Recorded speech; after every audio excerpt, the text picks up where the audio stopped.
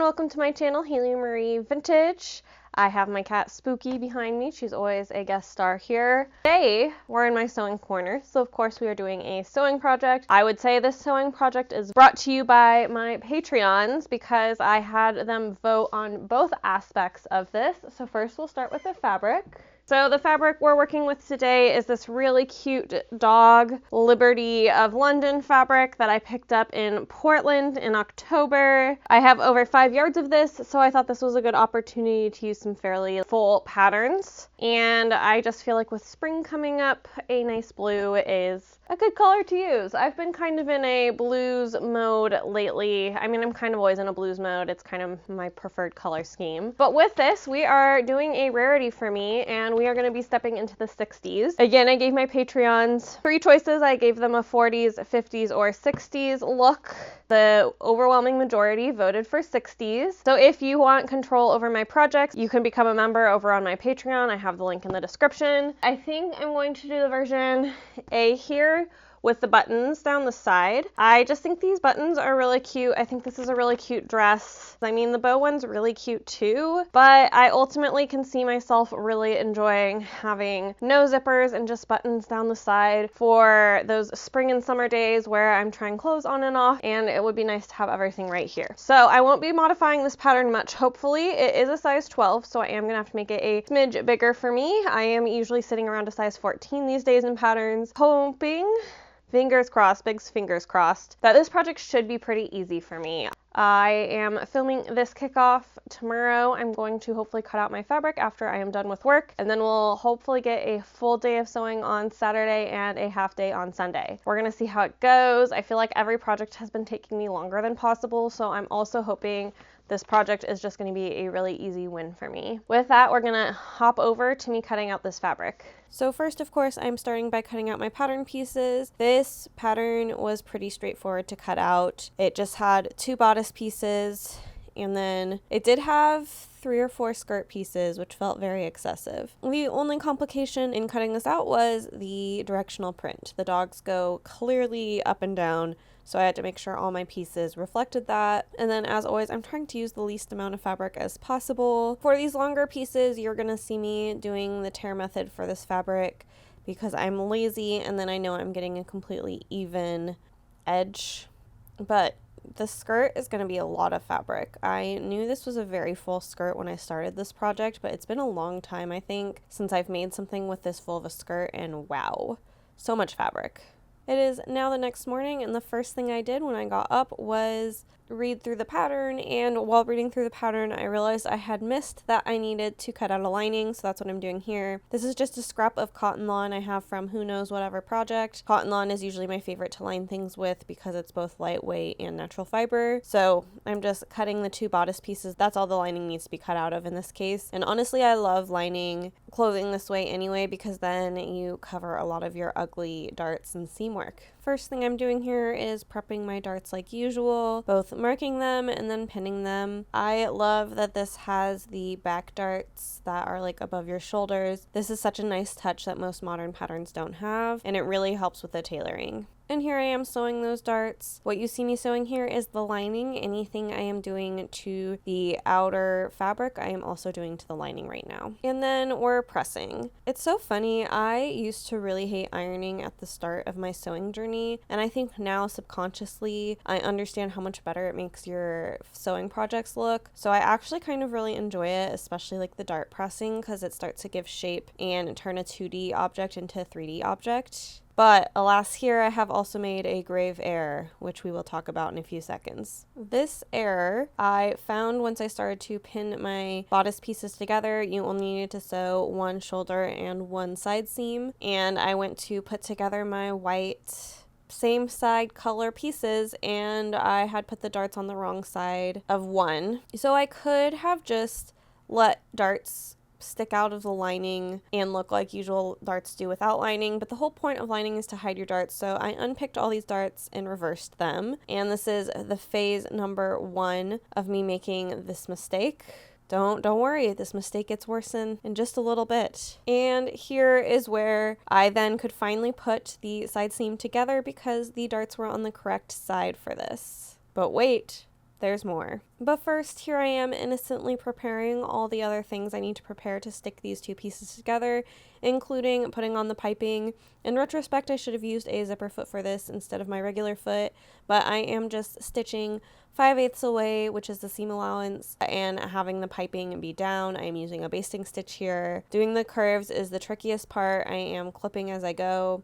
Honestly, this was a really fun process.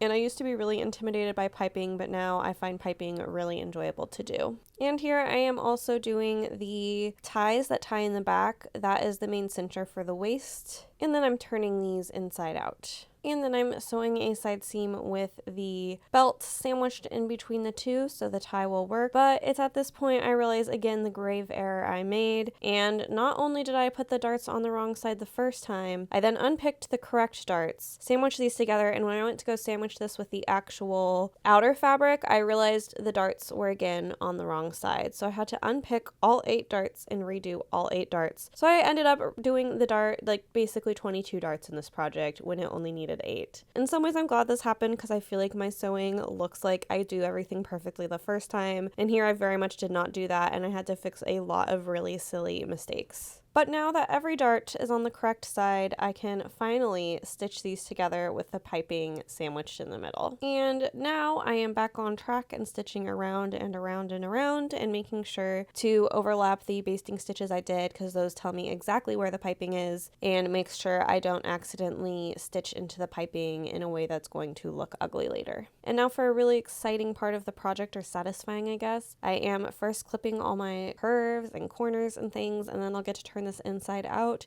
and start pressing and revealing the beautiful bodice I have made. I especially find pressing satisfied when you have something like piping to kind of tug on, which then makes it so like your fabric is so perfectly pressed, and I love it. After that, it's time for the skirt. This is a pretty simple gathered skirt, so what I'm doing first is I am putting in a pocket on one side. This is obviously on the side that does not button. I'm sure I could have figured out how to put a pocket on the side that buttons, but quite frankly, one pocket's good enough. I just need to be able to throw my phone, wallet, and keys in it, so we're good to go. So some of these are cut on the selvage edge and some are not a finished edge, so I am just pinking one side, which is kind of awkward, before pressing the pockets open, and then I will sandwich them together and we will sew up the side seam. And then here I am again awkwardly pinking one side of the seam, and I pretty much have the skirt all put together. So I have a bodice and a skirt and we're looking pretty good. And I often like to settle my evenings with a little bit of hand sewing. So to wrap this project up for the day, I am just hand stitching the lining to the armhole. You couldn't do this by machine and be able to successfully turn it out on like the whole armhole, not the half broken one that's gonna have the buttons down the side. So I'm getting to do just the tiniest bit of hand sewing. The next morning, I am continuing the work on the skirt. So one of the skirt sides has a selvage edge, the other one needs to be finished. So I am doing that by just folding it over by 1/4 inch and stitching that down. This is basically a facing for reference. And now it's time to put in all the gathering stitches along the top, which is always very fun for me. I really enjoy putting in gathering stitches for some strange reason. I've been told most other sewists really hate it. And to continue one of my favorite parts of gathering, I am now yanking the gathers. Maybe that's why I like it. I feel like I like yanking on things, and I find getting gathers even really satisfying because it's kind of challenging. So I am getting these gathers really even. I am pulling them down. I use 2 lines to make sure I don't break thread, and it also keeps the rows really nice and neat, and I am getting everything gathered to fit in the waistline of this dress. And then I am stitching from the side that I can see the basting from the piping to make sure, again, I don't run over the piping in any way that makes it look ugly later. So I am just stitching down all these gathers. And with that done, it is time for me to yank out all the gathering stitches, which I also love. Yeah, I just love the whole process of gathering. I don't know what's to not love about it. It's very satisfying. And I can now prep the lining to be sewn to cover that waist seam, which I love this technique, and it's another reason I really like using linings, and I really should start using linings more. However, it is here we yet again meet disaster. I started putting the buttonholes on the incorrect side of the dress. I made just a lot of really silly mistakes on this project, and it's quite frustrating, but Spooky did keep me plenty of comfort by insisting on being very involved with me unpicking buttonholes, which buttonholes are hellish to unpick the stitching from. It took me so long, and I am now hoping I will be much more careful with my buttonhole placement. Because of this mistake, as usual, my rule is when you are getting frustrated and cranky with a project, you set it aside and take off for the evening. Wow, Spooky really looks like she's just living her life and loving it. So I'll see you after work some more days to actually finish up this project. So in getting ready to sew again for the day and boost my confidence, I'm first starting by just hand stitching down the lining. I was going to do this after sewing in the buttons because I could, but I feel like I need an easy win to get back to this project. And I got 6 buttonholes in before I realized I was at the wrong side of the buttonhole thing, because the buttonholes are supposed to be on the side with the piping because the buttonholes are on top and then they point back, so like there's not weird gapping from the front. It was a silly mistake, and I am now righting it, and I have put in the buttonholes correctly and I'm very pleased. I also put in a different size buttonhole because these are only 1/2 inch buttons and the other are 7/8 inch buttons into the shoulder that will also button down. And I have just enough time to finish off the buttons before it gets dark again. It is again an afternoon after work, and I am working on getting the buttonholes cut open. This is important so that way I could actually try on the dress to know where I wanted to hem it. So I am putting in my fray check before cutting open my buttonholes. Well, I started with a seam ripper, then I went in with the scissors. I never start with the scissors because I am not good enough with scissors. I have to get a hole with the seam ripper going first. And now it's the beginning of the hem, aka the end. First I am going around the whole thing, which was so big, this is so poofy, and I am stitching up the raw edge by 1/4 inch. And with the try-on, I raised the hem either 3 inches or 3.5 inches. I can't quite remember, but I'm fairly short, so I always expect to raise the hem quite a bit. And I like to do this in case I end up passing along this dress to somebody who's taller who needs the extra hem. And I do also find pressing a hem very satisfying. And now we're at the end of this eventful project full of silly mistakes. And I am just hand stitching the hem and enjoying my life. And I will now see you at the reveal.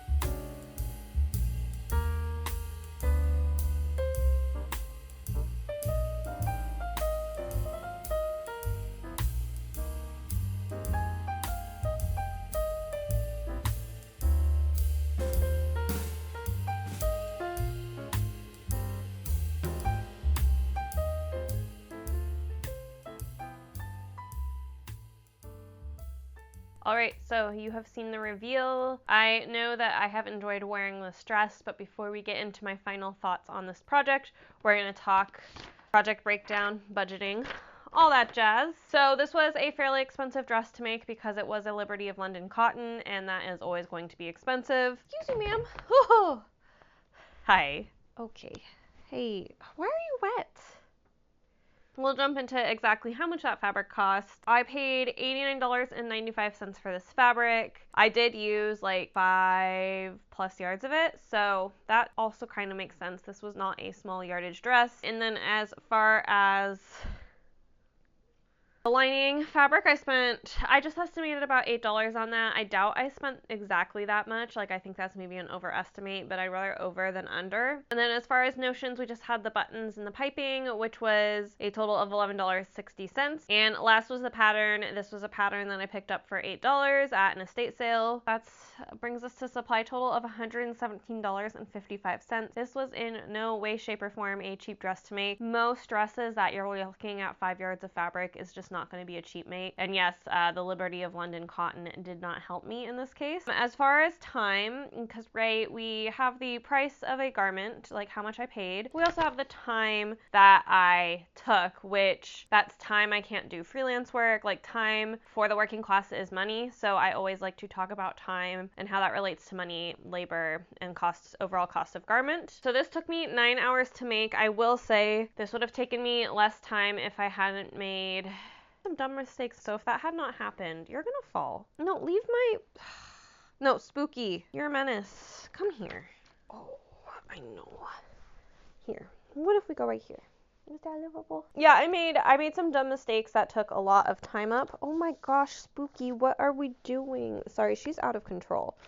I would actually say if I had not made some of the dumb mistakes I made, I could probably have saved almost an hour of time off this project. I do not think this project should have taken me 9 hours. As far as labor costs, I am in Seattle. A living wage here is $35.39. And for me, a living wage means that you can afford a home, you can afford food, and you also have some money left over to budget for fun things like either travel, nice restaurants, things like that. Like if billionaires get to do a lot of crazy rich people things, I think that your working class person who makes most of their money for them should get to do some things for themselves as well. So we're not talking about like this is your barely getting by wage. This is hopefully you're able to save some money and not feel constantly on edge from a lack of having money. So when you take that 9 hours and you multiply it by $35.39, you get $318.51 for labor costs. For me, honestly, technically this labor cost is higher. When I do freelance work, I charge a pretty penny because it has to be worth it for me to work on top of my 9 to 5. So that brings us to a grand total of $436.06 for the cost of this garment. I always disclaim this is not a one-to-one with a factory process like labor type cost, because most factories would have not made as stupid of a mistake as I did,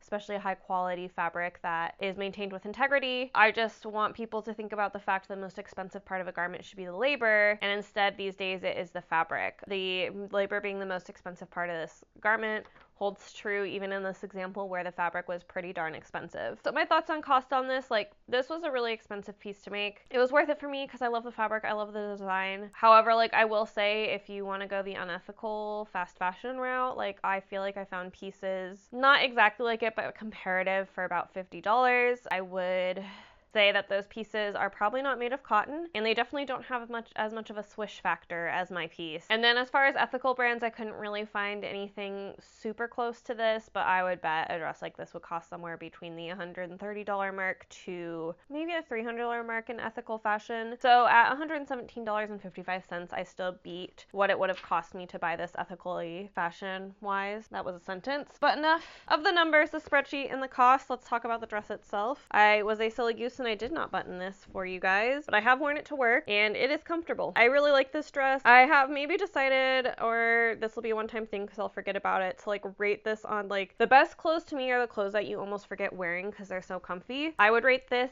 a 7 out of 10 on clothes so comfy you don't remember wearing it. The only reason it loses those 3 points is A, it's a lot of skirt. Like when I walk around my house, it's the type of thing that will knock stuff off tables. So that is just always going to happen with a skirt this big. And then also this like tie in the back. I think if I was to do this dress again, instead of a tie, I would just do a hook and eye closure here, because a tie on the back you can always feel when you sit against a chair. There's something kind of Yankee about it that I just didn't really love. However, otherwise I would say the fit on this is pretty darn good. The waist could have maybe been like a 1/4 to 1/2 inch bigger, but it's close enough that I'm pretty happy with it. And I do really love the pattern. I feel really like cute and kind of fun in it. This is like not a dress that I would say like the navy blue dress I did with the flowers on it recently like makes me feel really, really, really me, and this makes me kind of feel more casual me. I don't know, it's not as me as that dress, I guess is what I would say. However, it's still cute nonetheless. And as far as sewing, I think I did a phenomenal job. I have really gotten it down with the piping. The piping is nice and flush. It looks really, really great. I do think specifically up here my buttonhole placement could have been a little bit better, but it's fine. I don't know why I didn't think about this while I was doing this dress. dress, but because it has a side closure, this is quite hard for me to take on and off. I figured out how to do it. The key is I get the button. Most of the work done with this, and this hand only aids, because for me, this motion here, for whatever reason, can really trigger some pain for me, and it can trigger spasms down my back, and I try to avoid that. And I don't know why I didn't think about the fact that I hate a side zip, because it can trigger that pain. And now I made a dress with side buttons, which maybe even takes more agility than a zip, but I have figured out how to make it work without causing me pain. However, it means I don't know if I'll repeat this dress pattern again in the future, because as cute as this dress is, I don't know how much it's worth it for me for like the mobility issues it presents to me. If you're interested in voting on future projects, I will have quite a few polls on my Patreon over the next month or two. So if you're interested in helping to influence the direction of this channel, you can join me over on Patreon as a monthly member for $5 a month, or I think it's $5.50 because I'm trying to make it and Ko-Fi even in what I make. Sorry, Spooky is in the litter box. Wow, I'm feeling very scattered today. I had a weird day at work. But yeah, I think I was in wrap up. So yeah, join that Patreon, join that monthly membership if you want to set the direction of this channel. And if not, you can of course always support me the free ways by giving this video a thumbs up, commenting down below. All my content is still public at some point. You just get early access and access to polls and things on Patreon. I always have vowed to you guys that I will keep all of my video content completely free. Lots of good stuff coming up. And of course, if you've made it this far, definitely subscribe and stick around. I would love to have you. And I will see you next week at 8 a.m. Pacific time. Bye!